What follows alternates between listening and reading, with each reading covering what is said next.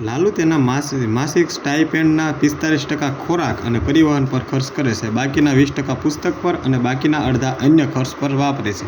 જો તેની પાસે હવે 880 બસે છે તો તેનું માસિક સ્ટાઇપેન્ડ કેટલું છે? હાલો આપણે સોલ્વ સમીકરણના રીતે કરશું. લાલુ તેની માસિક સ્ટાઇપેન્ડ એટલે કેટલા છે એ આપણને ખબર નથી, એટલે આપણે x ધારીશું. 45% ખોરાક અને પરિવહનમાં, તો પછી 45% તેને યુઝ કરી નાખ્યા તો વધ્યા કેટલા? 55% વધે. હાલો આ એક. બાકીના 20% એટલે આ જે વધ્યા છે એમાંથી 20% પુસ્તક અને બાકીના આમાંથી 20% એ પુસ્તકમાં યુઝ કરે તો હજી આમાંથી કેટલા વધ્યા? 80% જે વધે. આ જે ટોટલ જે વધ્યા છે એમાંથી આપણને 80% વધશે. અને બાકીના અડધા અન્ય ખર્ચમાં, એટલે કે હજી બાકીના અડધા, આ જે કાંઈ વધે એના અડધા અન્ય ખર્ચ વાપરે છે, તો હવે એની પાસે કેટલા ટોટલ વધે છે? તો કે 880 રૂપિયા વધે.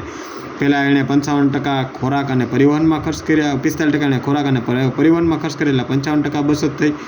પછી જે વધે છે એના 20% એણે પુસ્તકમાં યુઝ કર્યા, એટલે 80% વધારો વધ્યો, અને એના જે અડધા કરો ત્યારે 880 રૂપિયા વધે છે. એવું લોકો આ સમીકરણ કહેવા માગે છે. હવે આપણે એને સોલ્વ કરીએ તો એક્સને આપણે આ બાજુ રાખીએ તો આ બાજુ શું વધશે? તો કે 880 ગુણ્યા આ બે ઉપર જશે 2, છેદની દૂર 55, આ ટકા છે એટલે 100, એવી રીતે 80, આ ટકા છે એટલે ઉપર પાછા 100. હાલો આપણે સમીકરણ સોલ્વ કરીએ.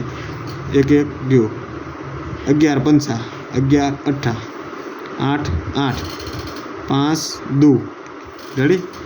16, 2 દુ 4, કેટલા મીંડા છે? 1 2 અને 3, 1 2 અને 3, આ આપણો આન્સર છે.